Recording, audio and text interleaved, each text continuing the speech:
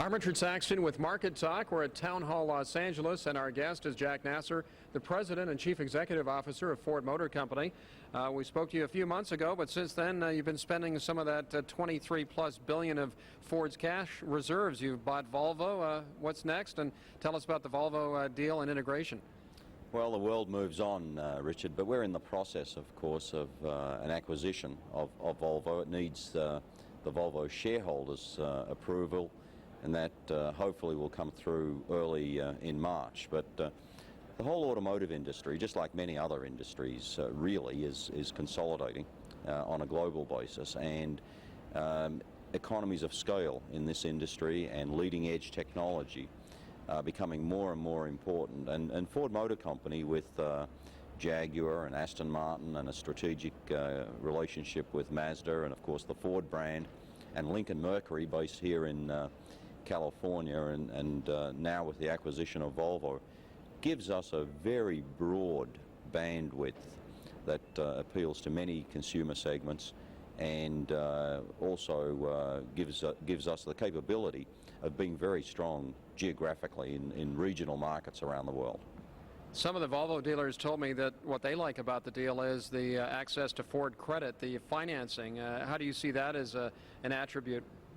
Well, I think one of the interesting things that we've witnessed over the last year or so is that Ford is an attractive partner around the world, and I think part of that, without getting big-headed about it, I think part of it is we've got some cash, which is attractive, but we've also been very good partners, and we know the business very well, and we've handled acquisitions such as Jaguar in a very good way, where we've kept the best of the brand and the heritage and the tradition while helping the new company and the new brand with technology and financial services.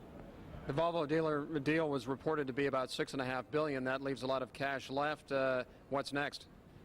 Well, we have a strong affinity with cash, so we're not. It's not burning a hole in our pocket, and we want to make sure that whatever we do in terms of growing the business, either organically or through acquisition, fits our culture, that it makes sense from a consumer viewpoint and also a shareholder viewpoint. All right, BMW has been brought up as a possible candidate. Nissan's been talked about. I mean, there are a lot of car companies out there that are, I guess, in a country, in a situation where they need maybe some help or a global attachment. I think, as I said before, the trend is inevitable in terms of consolidation. I don't want to speculate on individual companies because they're all in very different situations.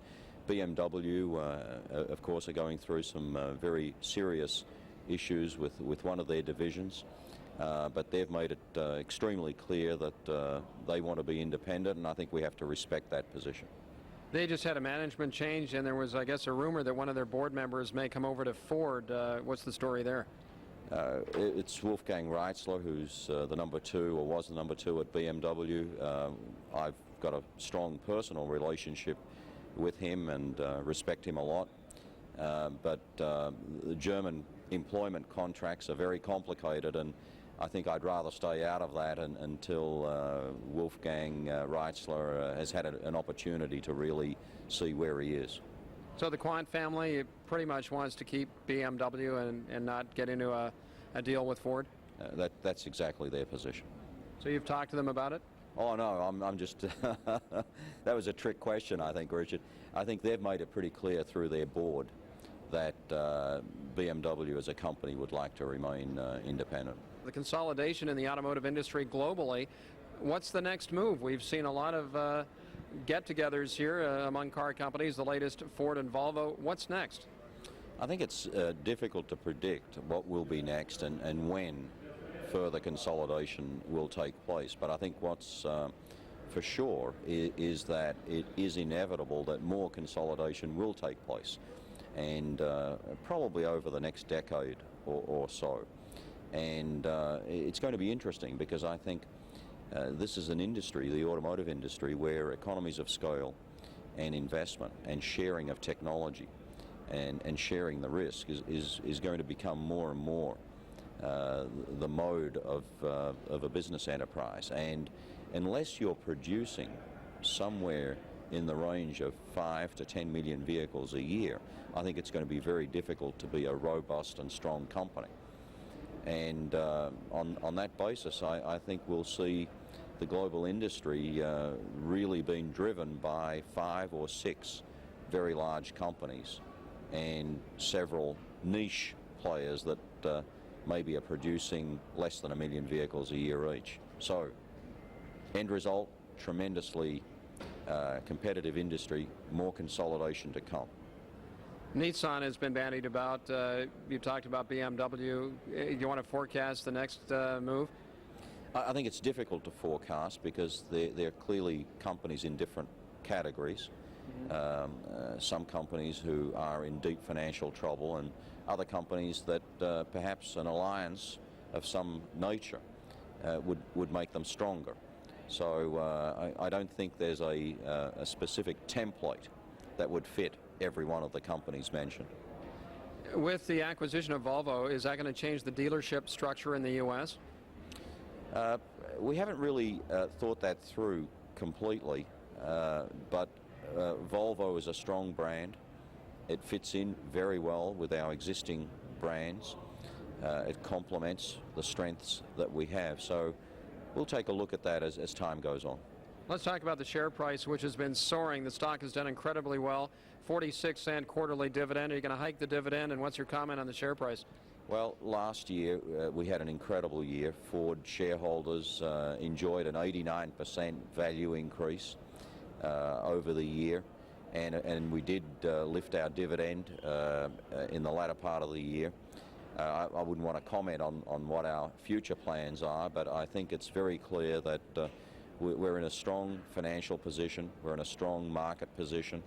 We've got several hit products, and we've got a leadership team that is really energized.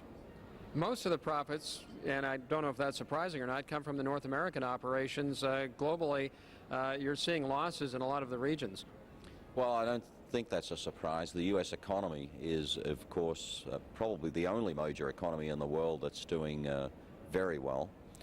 Europe is muddling through, and Asia and South America, of course, are in a crisis mode and economic recession. So I don't think it's unexpected that this market is the major financially source market in the world. I think it's probably true for many commodities. Where are you going to expand? I think you're opening a new plant in Taiwan. You've had some problems with the Philippines due to tariff issues. What does it look like as far as new plant or factory openings? We're continued to expand in the Asian area, in Thailand and India and China and Vietnam and the Philippines. But the best growth opportunities are really in the established markets as well. We shouldn't ignore those. Eastern Europe and some countries in Western Europe, and of course right here in the U.S. My guest is Jac Nasser, the president and CEO of Ford Motor Company, who is out here in the Southland to visit the Lincoln Mercury headquarters in Irvine. Get your first look as president of the company. You took the position January 1st.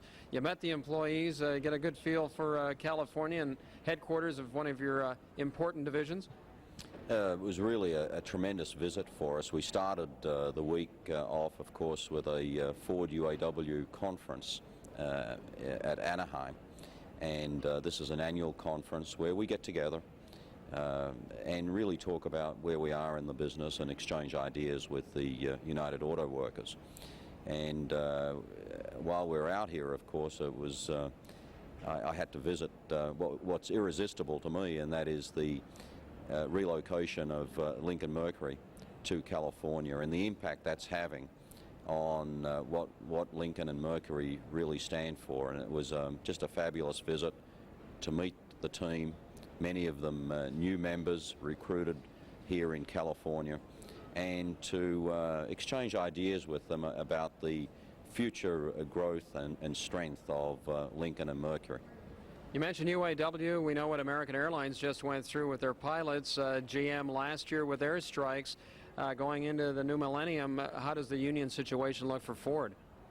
Well, we've had a long history of very good cooperation, and I think it really boils down to mutual respect and very free-flowing communication between the union leadership and the Ford leadership, which is important, but also right down to the plant level, an incredible level of an integrated team with aligned objectives. So we're in a contract year this year. The contract discussions officially start in June, and it's normally a 3-year contract. And we're looking forward to some very good discussions and the potential of a strategically important contract. Your profits, a lot of them come out of the cost cutting, the productivity, efficiency. Are you at the optimum yet, or is there still more that can be done to optimize? When you look at our profit performance and the profit improvements, it's been a fairly even-handed contribution. A large portion of the improvements that we've made are because of the very popular products that we have in the marketplace, and cost efficiencies and productivity have contributed.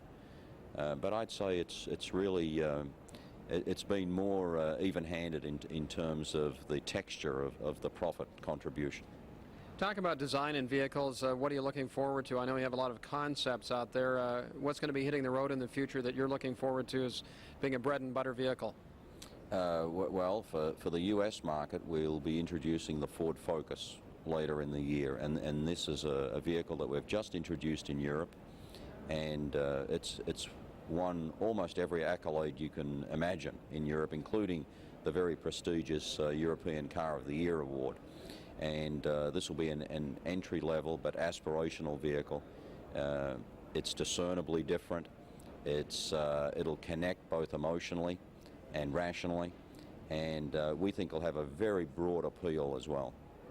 All right, as we look ahead, what are the biggest challenges in your job right now? What are you looking to do at Ford Motor Company? You've been there a short time at the top and already made your mark. What do you hope to do? I think probably the biggest challenge we've got as a Ford team is to continue to reinvent ourselves and go through a transformation process. And what we're doing at the moment is really focusing very much on becoming more and more a consumer insight company, a company that looks at every business equation, every business decision, every strategic move through the eyes of the consumer. Terrific. Well, all the best. And what are you looking forward to as far as numbers this year? Can this beat 1998? Well, we always have our fingers crossed. All right, Jack, great to see you again. Jac Nasser, who is the president and CEO of Ford Motor Company, my guest on Market Talk.